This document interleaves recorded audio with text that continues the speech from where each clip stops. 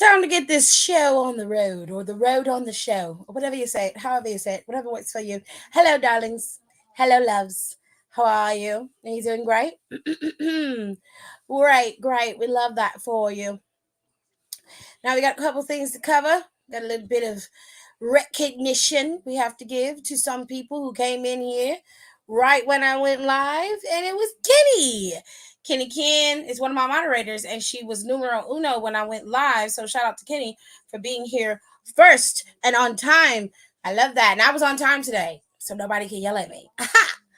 Anywhoosies, shout out to Kenny. She was my number one top commenter of the day. And so is Young Boy Jay. So is Eli and my moderator, Donnie. And then to round out my top five is Nika. Shout out to all five of you for being my top five commenters of the day. I appreciate it. I love you for it. Thank you so much for being here.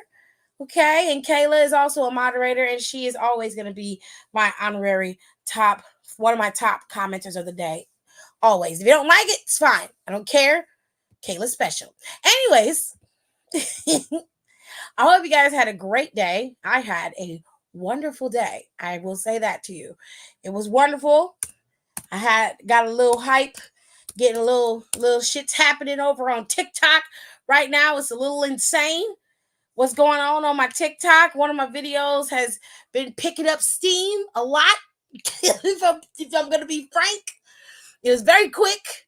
In a matter of hours, my TikTok has went from just having a few views on it to having over 200K views, 38,000 likes, thousands of comments. And it's all because of CM Punk. So thank you, Phil. Thank you, Drew McIntyre. I appreciate it. I'm going to show y'all about that in a second once we get into Raw, because actually, if we're being fair, Raw was a very cool and calm, collected show. There wasn't a lot that happened. We saw some things, but it wasn't super over the top crazy like we expected it to be. But they did have some nice little Easter eggs for us to see. Okay. We saw a lot of things. All right. And I want to make sure I show y'all the cool thing that happened to me today. Sir, I just happened to be over on Twitter earlier today, and I'm just looking around. I usually go on Twitter anyway to see what the match card is going to be for the show, so I can prepare for the live, as well as prepare for my commentary that I do every week. And the commentary I did for WrestleMania that involved Phil and Drew McIntyre and Damian Priest has gone viral over on TikTok. And somebody took it from TikTok and posted it to Twitter. This guy or this woman, I'm not sure who they are, Meteorus, I appreciate you for reposting my video. Thank you so much. But this has gone viral over on TikTok. It's mini viral for now. And now, the cool thing is, USA Network said it was best commentary, and that shit was fucking amazing. Okay? This was 3 hours ago. I sent it to all my homies. I was like, look, Ma, I made it. All my homies shared it. Shout out to Don, because he shared it over on Twitter as well. And then a bunch of people shared it over on Instagram. Alexis shared it for me. I got a lot of new followers because of this, so I'm happy about that. But I was really, really, really, really happy about that. That makes me feel good, and it makes me want to keep going. So, the train is never going to stop, ladies and gentlemen. I'm going to have videos that will do that on occasion, which I am very happy about, because it just brings more people to my page, and it brings more people into the fold. Now, those of you who are new to my page and to my channel, welcome, okay? This is the United States of Tiffany right here. And in my world, I am law. Now, I'll allow your opinions. You can say whatever you want. You feel however you want. You guys act however you please. Just don't disrespect me, and I won't disrespect you. Okay? Okay, great. Get it. So let's get started. I had to show y'all that because the comments in this thread was sending me, okay? It was hilarious. I was cracking up. I saw a bunch of people. They was like, I found a new wrestling fam. I didn't think I could find anymore. I got hit on today, babe. I did. I got hit on in my DMs a couple times. It was very interesting. I was like, wow. Yell at the TV a couple hours and the men just come out of nowhere. Usually I get told to shut the fuck up. That's right. I mean, I got a picture with a whole vest on, glasses, belt. I said, okay, show off everything. Show off everything. I said, no, baby, I'm going to have to pass. I am a married woman. Thank you. Thank you so much, though. Appreciate it. But you can keep following and keep on watching. Just know that the man you hear in the background, that is my man. That's my husband. So it ain't nothing going to happen, Captain. Okay? Ain't nothing going to happen with that. But I appreciate the gesture. It boosts my ego. It makes me feel good. Okay? Anywhoosies, it was a bunch of comments in this thread that just took me out. Everybody was commenting. It was so hilarious. It was a lot of love. I didn't see no hate coming from it. So that was the probably the coolest thing that I've seen all day. And my TikTok is insane. If I could show y'all the TikTok, I will show y'all. But I can't even read all the comments on the TikTok. That's how much it is. That's how many comments is on there. And I was just like, Jesus. It's just nuts. But anyways, ladies and gentlemen, let's get into Monday Night Raw because it was a show. She was giving, okay? They kicked off the show with an hour commercial free for the first hour. First hour was commercial free, and we got off right with Cody. They gave Cody a beautiful package of his rise in WWE and his climb to the top of the mountain. They gave Cody a wonderful package. It was beautiful. And if you are emotional like Cody is, and like some people are, it could have made you cry. And there's nothing wrong with that. Okay. I want to be very clear. This is a long road for Cody. Okay. And I know everybody jokes and jests in the comments, but let's just be real for just a second and take your own emotions aside. This is a very long, winding road for Cody. He had to leave and come back. And even when he came back via the storyline, it was not an easy road to get back to this championship. He had a clean path, got knocked on his ass, and then he had to claw his way back to the top of the mountain again, only to be then superseded by the final boss of the Rock, but he was able to get past him with the help of those men who came before him.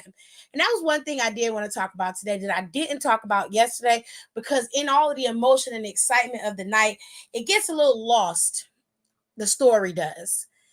When you look at how Cody actually won this championship, this was the passing of the torch, the cleansing of the company, the restart, the reset for where we're headed into the new era of WWE. This is why Stephanie came out on night 2 and announced that this was the Paul Levesque era. This is why everybody came out there, at least those top stars that you've seen, with sans a few others that came in contact with Roman or were there from the beginning. These guys came out to give Cody a proper, acknowledgement, for, a lack of a better word. And when you look at everybody who came back, from The Undertaker to John Cena, it gave you a sense that this definitely was a passing of the torch moment. And we're in a whole new era. This is a new movement. And they announced that today. We got a new intro while we were watching WrestleMania. That intro has been kept. It's the new intro. It's the only one we're going to have for now. And then they made the announcement during Raw that the draft is coming on the 26th of April. That is literally 2 weeks from now. That Friday will be the draft.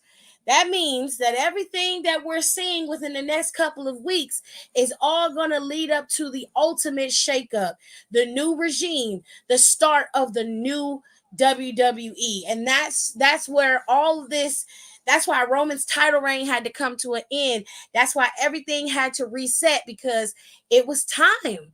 It's time for us to move forward. It's time.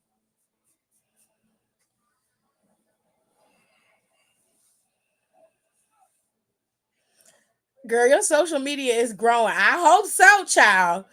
I'm trying to get to that 10K on Instagram so I can start so I can start making some money, okay?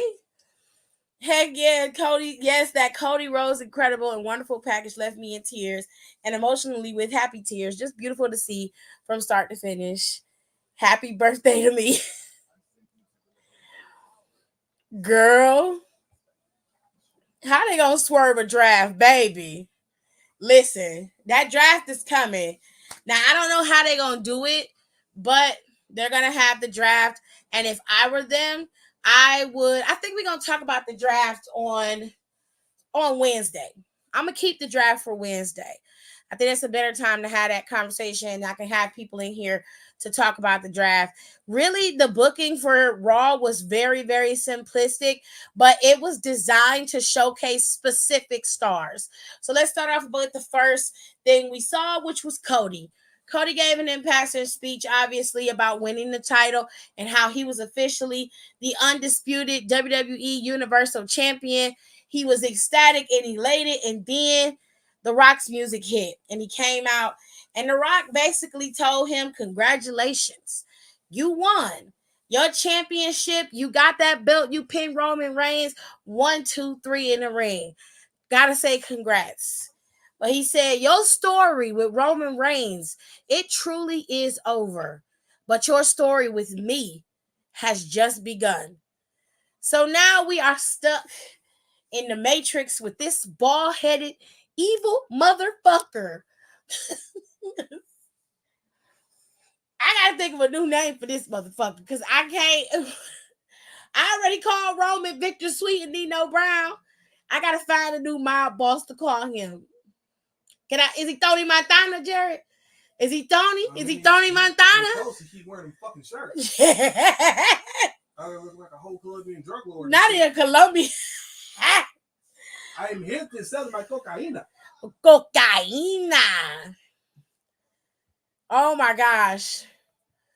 So time was moving fast, babes. We are stuck in this ever-winning whirlwind of Rocky's bullshit. Is it me, or did Roman versus Cody remind you of Endgame, when Seth made the ultimate sacrifice like Iron Man did to defeat Roman like Thanos? I don't know if I would say that, because Seth couldn't even, like, they didn't even let Seth have a moment like everybody else had one. I wish he would have, because I felt like Seth earned the right to have that moment. You know what I'm saying? But he was there, and that was the best part. So I can't say that for sure. I have a bet with Chris about Cody and Rock's future. I think Rock and Cody is going to go to Mania. He thinks Rock and Cody are going to have a SummerSlam match, and Rock and Roman are going to have the Mania match. Which, thinking about it, let me go get 100 out, because that's what we bet. Woo! Okay. I think Roman's going to be gone for a while. If he comes back at all, which, to be fair, the legacy that Roman Reigns has left, he definitely does not have to. He has done more than his fair share. He has literally carried that company on his back throughout the pandemic. He brought it out of the dark ages and gave us something to really look forward to. And quite frankly, he doesn't have to do anything if he doesn't want to. If he doesn't want to come back and wrestle, I'm fine with that. If he does, I'm also fine with that. I feel like he's earned the right to be able to call the shot to what he wants to do. As far as a match between the two men, I don't know if I think that's going to happen. I think maybe, but I think that Cody and Rock's feud is probably going to happen sooner rather than later. I don't like them drawing it out, but the way that they drag out shit when it comes to Rock and Roman and anybody of that caliber, of that status. Like, I feel like if Cody doesn't wrestle him at SummerSlam, he's gonna show up and start some shit with Cody at SummerSlam. If he comes to WWE to SummerSlam, that's what's that, like a couple months from now? What are we? Yeah, Seth is out for a month, which is fine. That gives him enough time for recovery, and him and Becky can kind of spend some time with each other and their daughter. And I like that. Seth has earned the right to take 4 weeks off. Okay. I'm okay with that assessment, with the one Chris gave you, Kenny. I am totally okay with that. However, I don't believe that that's going to happen. I think that Brock's probably going to wait. He's probably going to wait it out. He's going to wait it out. It's 4 months from now. I don't know. I feel like that's Cody's probably got to first. He got to get settled on the show, which I think they should put him on. Yeah, SummerSlam sounds about right. Okay, he's going to film a new movie, which makes sense.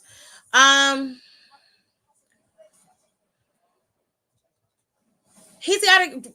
So let me put it this way: Cody's got to get settled on a new show. Which, if I were Triple H, he would be on SmackDown, in my opinion. But they probably gonna keep him on Raw and move Damian to SmackDown. And I would move Rhea's ass to SmackDown too. Switch both champions, put Bayley back on Raw. But again, we're gonna have this conversation about the draft and where we want people to go. All of that. Okay. We're gonna do all of that. She said Seth is taking 4 weeks off. Yeah, I saw it on Twitter that Seth is taking 4 weeks off. He's going to recoup. Hopefully, he doesn't have to have knee surgery. He can just rehab, and then he'll be back at 100%. If that's the case, cool beans. We love that for him.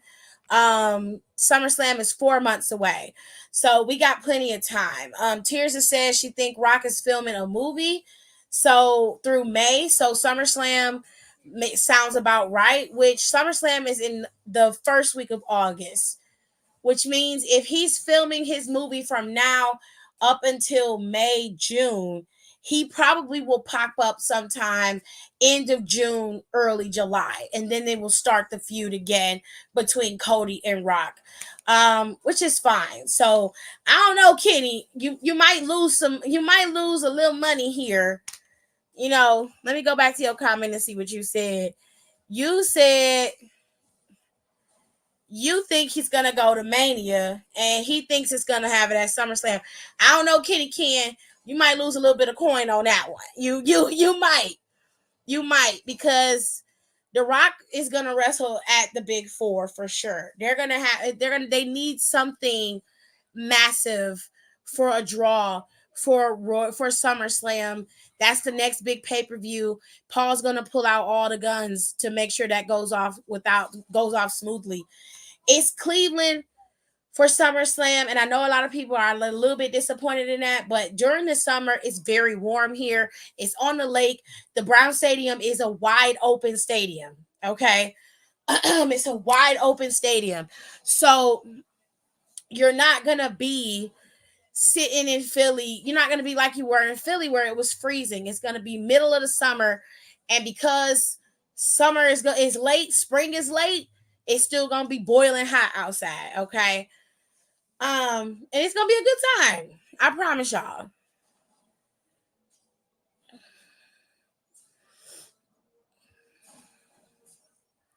All right.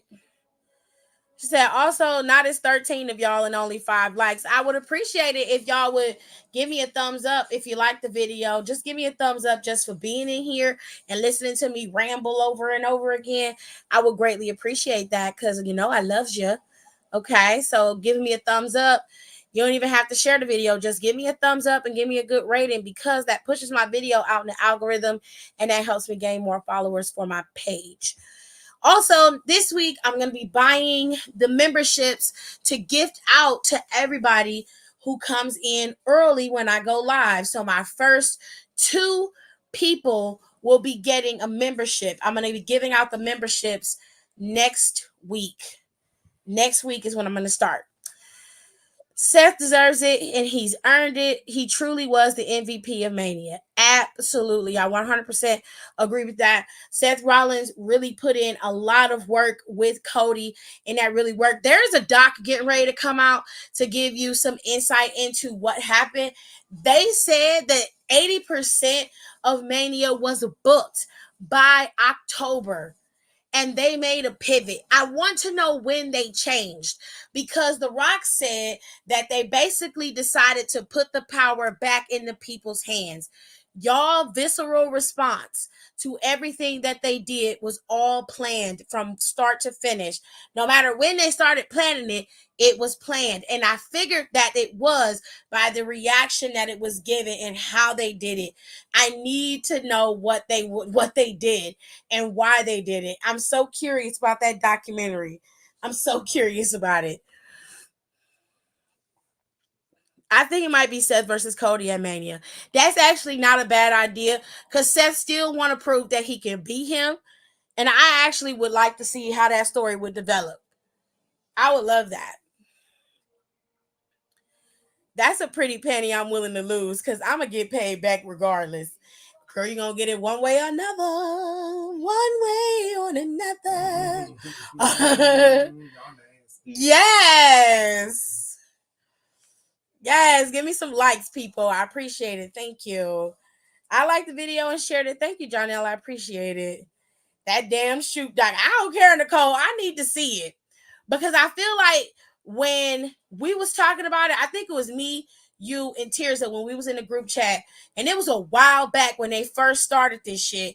You said it, I said it, and I think Tirza was saying it too. That she said, because Tirza was saying that she said something about this don't feel right. She said if she feel like this is about to turn into something bigger than what they had been planning, and she was right.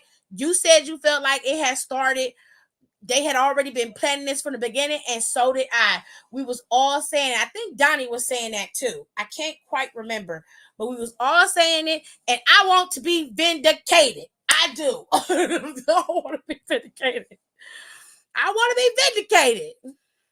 I want to be in here like I have exorcised the demons. This house is clear. Supposedly, Cody got him and Seth allegedly Roman Rolexes. Oh, well, they did go down a holy road together, honey. And I mean, they brothers in arms, and that quite the shield. But you know, we love that. She said it was me. Period. Yep, I was like something was off. Yep. Get her damn crown. You better tell him, Kenny. You better tell him. Cody likes doing watches as gifts. I'm not surprised. I'm okay with that. I mean, that's a good gift to give to another man, especially a hyper alpha male like Roman. He would love that. But Roman got to learn how to wear it. Now, I will say, whoever got him together for the Jimmy Fallon show, thank you. Thank you, because whoever got you together, babes, because you was not out there wearing those sweaters and slacks, looking like somebody's nerdy ass uncle. Thank God. It was probably Rock. Probably Rock. It was like, listen, nigga, you ain't coming out here with me looking like you don't know nothing about no damn clothes. Okay, you gonna put this shit on and be happy. Sitting up here looking like somebody's stupid ass uncle. Just dumb. We gonna get you together. Do you think we ever going to revisit Roman and Seth Rollins in the future? You know, I don't know. I think Roman's gonna be done for a little while, and like I said, I am okay with that. He has earned the right to be able to leave and come as he pleases. Okay, I don't think that that's gonna happen anytime soon. I don't. Um, while I'm sure a lot of people want to see it, Roman looked exhausted, despite the fact that he was in peak condition. He looked exhausted. He just did. And a good rest, an actual rest for him, not taking 2 months off and then he's flying on his jet to go somewhere else.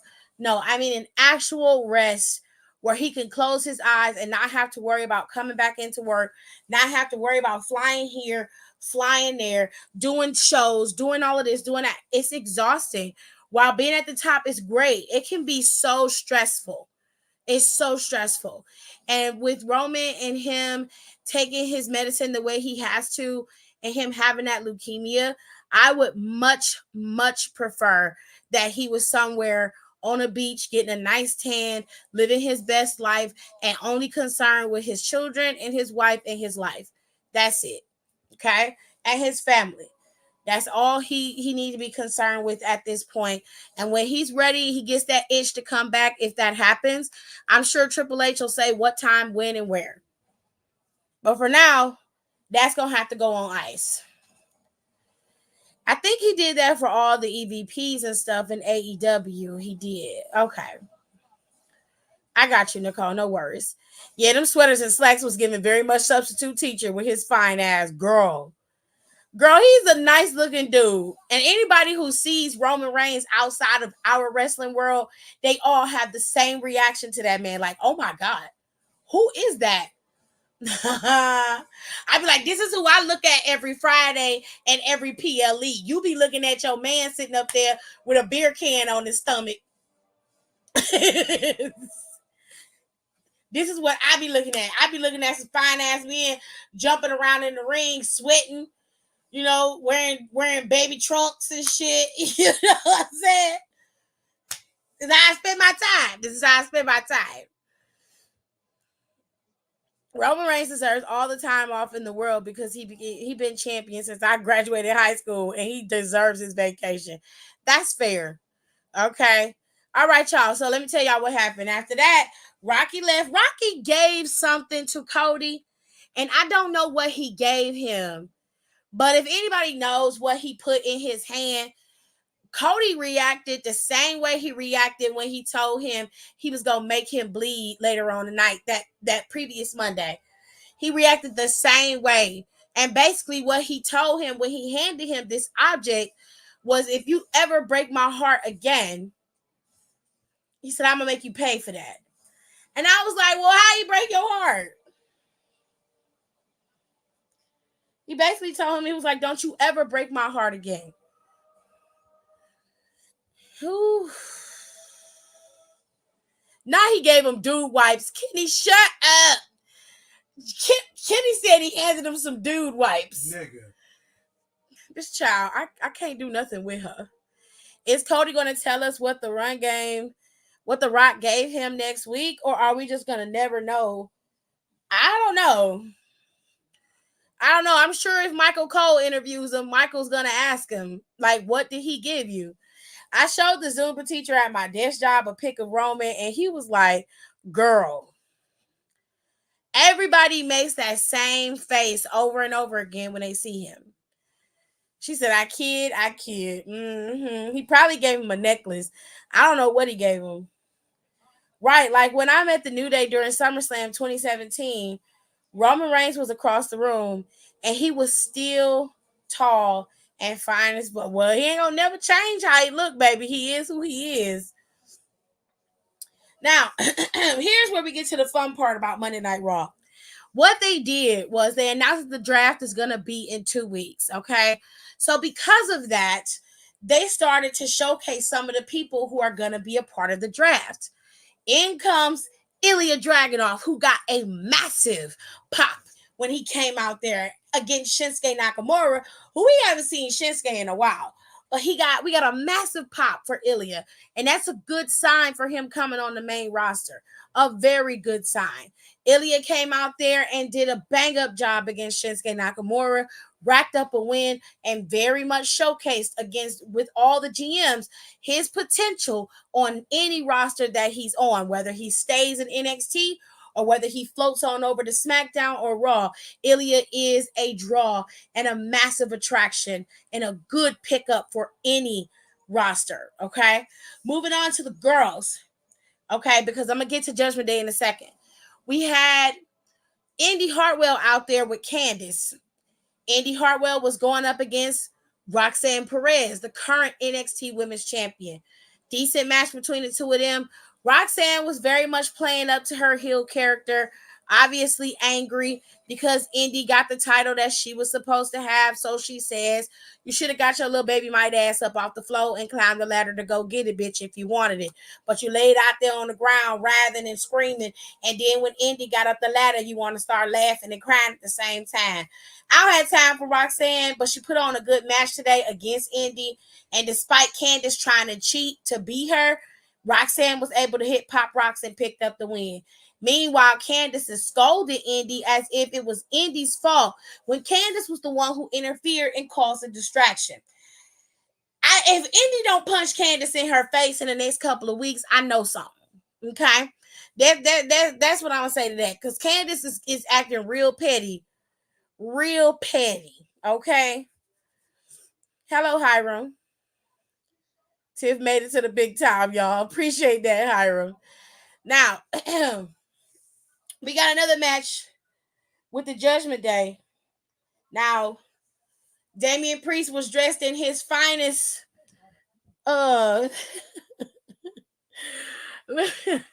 Damian Priest looked good today. He had a nice red suit on. It had some type of print on it. I couldn't see it from as far away from my TV as I was, but the suit looked real nice on Damian. For the last couple of days, when I've seen Damian Priest, because they usually dress up when they come into the arena for for WrestleMania, they put on suits similar to the way the NBA does and how the NFL does, and other sports who come into their main game. You know what I'm saying, Jared? They dress up. They have a rule that they dress up, and this is what they did. Damian's been putting that shit on, for the last couple of days, and he looked nice. He came in there with his title. Judgment Day was in the ring. Rhea got introduced by her boyfriend Dom, and then Rhea introduced Damian Priest. They all was standing there together, and then that's when Truth came in there. Truth and Miz challenged the Judgment Day to a 6-man tag team match. They alluded to them having a mystery partner. That mystery partner was none other than John Cena. John Cena ended up coming in later on in the match. They ended up winning and beating Judgment Day, and that was Murder, She Wrote. So Finn, Dom, and JD McDonough all took a L today, courtesy of the GOAT, John Cena. And of course, Miz and R-Truth. They all hit the 5-knuckle shuffle. They all had to hit the attitude adjustment. Everything was all in sync. It was a beautiful moment if you cared, which I did because I love it all. So it was cute and it was funny and I loved it. And R-Truth is champ. He got a WrestleMania moment. He won a title at Mania, and we love that for R-Truth. At 52 years old, R-Truth is still out there getting it with the rest of them, and you can't do nothing but respect that. Nothing but respect it. Now, later on, when they got backstage and Rhea Ripley was walking back there, Liv Morgan bust Rhea Ripley in her side with a chair, right in her head, right on her shoulder, knocked her down, and beat the hell out of Rhea Ripley. They had to pull Liv off of her.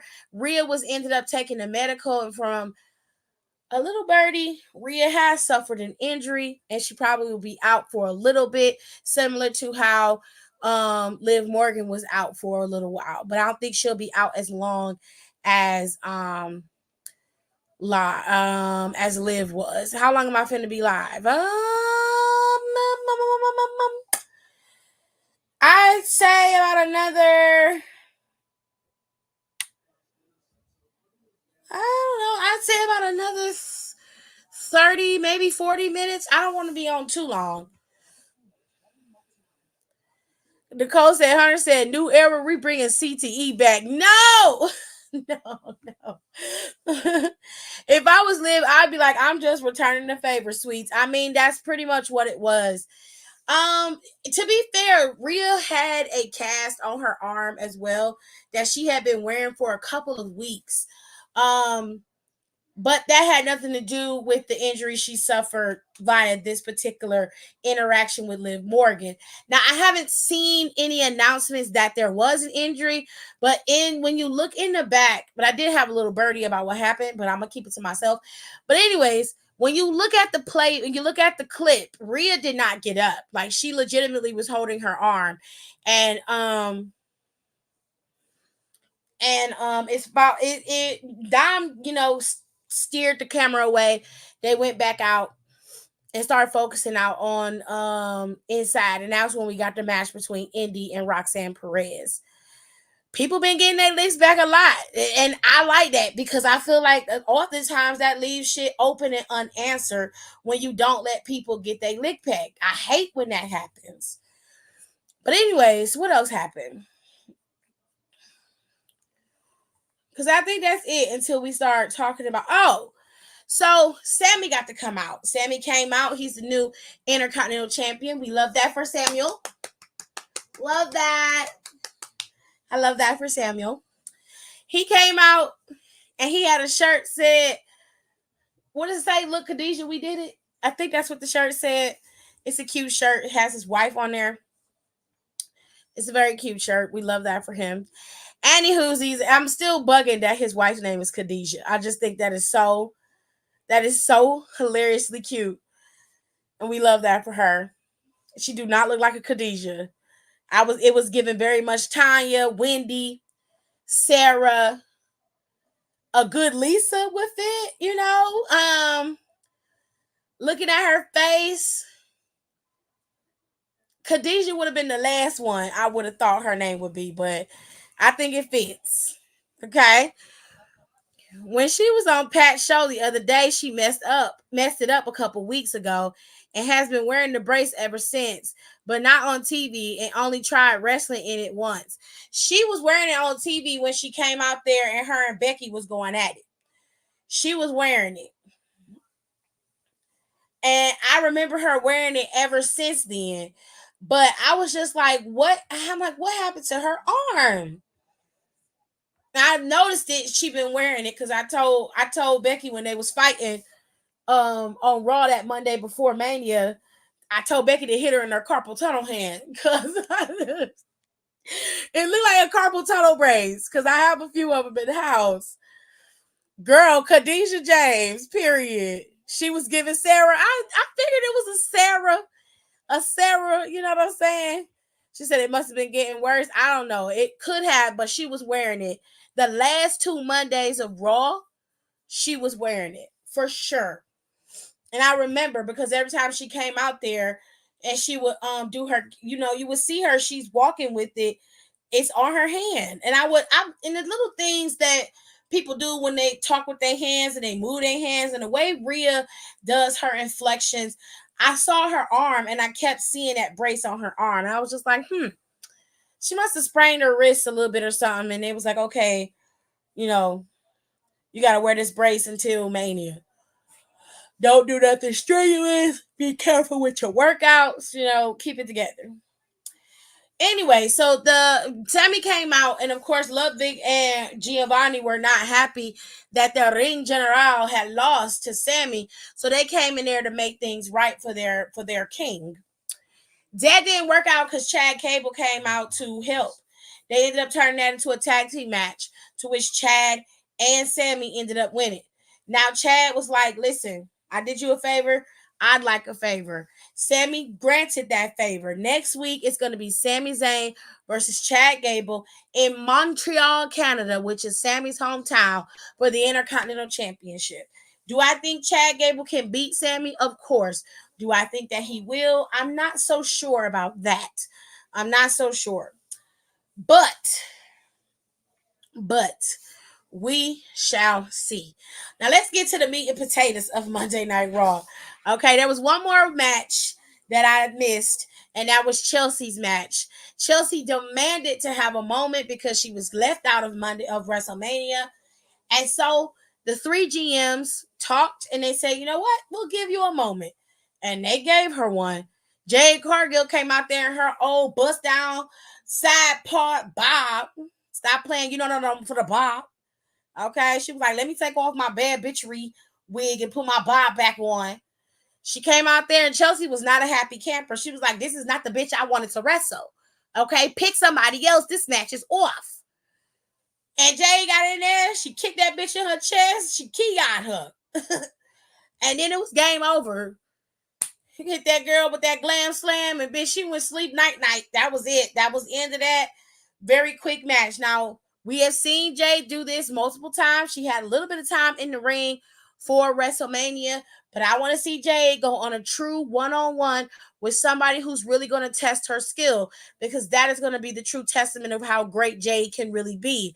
I don't mind WWE booking her as super strong, but just like Bronson Reed and the rest of the big guys had to prove themselves, Jade Cargill has to do the same. And I think she will exceed the expectations. She just got to get in the ring with the right people. And usually that person that gives you that test is Natalya. So hopefully they'll look to Natalya to be the one to test out Jade and see where she can go. If not, I hope they pick somebody who will really give Jade a true challenge in the ring. And hopefully that comes sometime soon. With all that being said, let's get into the real meat and potatoes of Monday Night Raw, which was the fatal four-way to determine Damian Priest's number one contender for his championship. Now, I'm assuming that this is going to be at Backlash in France, okay? Sir, the four contenders in this match was Jey Uso, Bronson Reed, Ricochet, and of course, a very pissed off Scottish psychopath and Drew McIntyre. Drew stomped down to the damn ring and went the fuck off on that microphone. He tore Damian Priest's ass a new one. He was mad at CM Punk, mad at the world. He was upset, child. He was pissed. Okay, he called, what did he call Damian Priest? The bondage did he call him the bondage Undertaker? Is that what he called him? Something like that.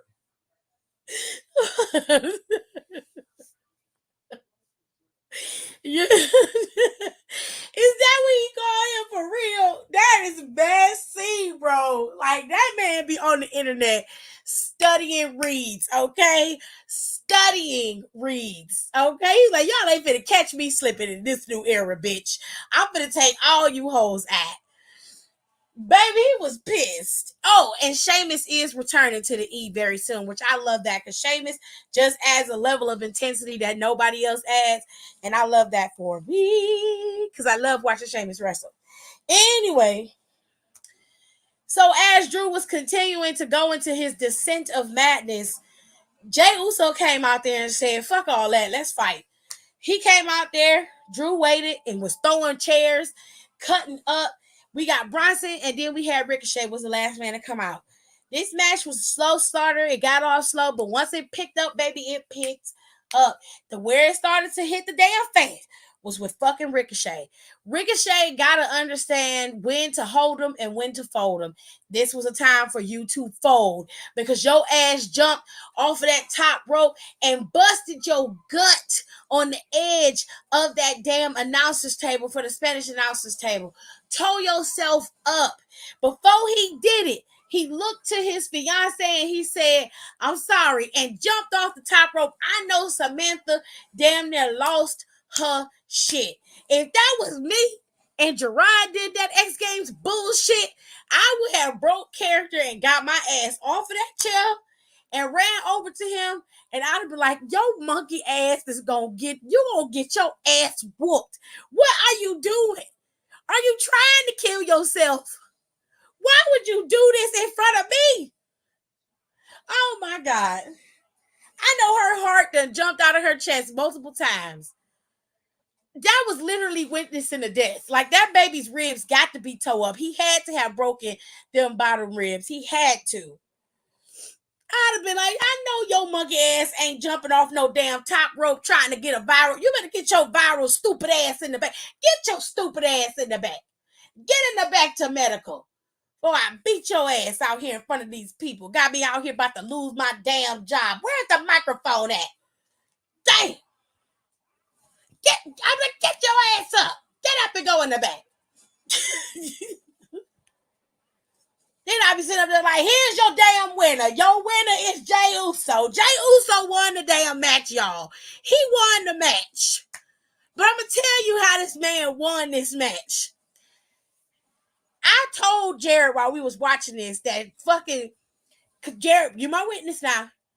I told him that CM Punk was not finished with that man. All of the times that Drew McIntyre was making t-shirts, popping off at the mouth on goddamn social media, coming on TV, cutting promos, giving funerals for people, all that shit came back to bite you in your ass twice. You lost your title because of CM Punk, and then he cost you an opportunity to get the bitch back. This is your fault. You ruined it for yourself. You did this shit to yourself. Now look at you. Now look at you. Bianca said the same thing watching Montez's matches. I would be distraught. I definitely would. I would be terrified watching them wrestle because of the type of stunts that they're capable of and what they can do. But let me tell you what happened. Drew McIntyre was in the left-hand side of the ring, right-hand side of the ring, actually, my right, on the back corner. He was getting ready to do his Claymore kick on Jey Uso. And that's when CM Punk popped up and grabbed the back of his leg, preventing him from hitting the move. He was able to get away, but Jey Uso was able to hit him with a super kick, I think, and then he hit him with the spear, and that was murder, she wrote. CM Punk was standing up, looking tall, smiling and cheesing with no arm brace, and Drew McIntyre was screwed over once again. Jey Uso is the #1 contender for the World Heavyweight Championship, and Damian Priest got it. Now, I will say one thing that I did agree with that Drew said. He said that Damian Priest was a transitional champ, and I was like, I kind of have to agree with that statement. I do not think that Damian Priest is going to keep that title past SummerSlam. Do I think Jey Uso going to get it? I think he has a real shot. At getting it. Do I think he's going to get it? I am not sure.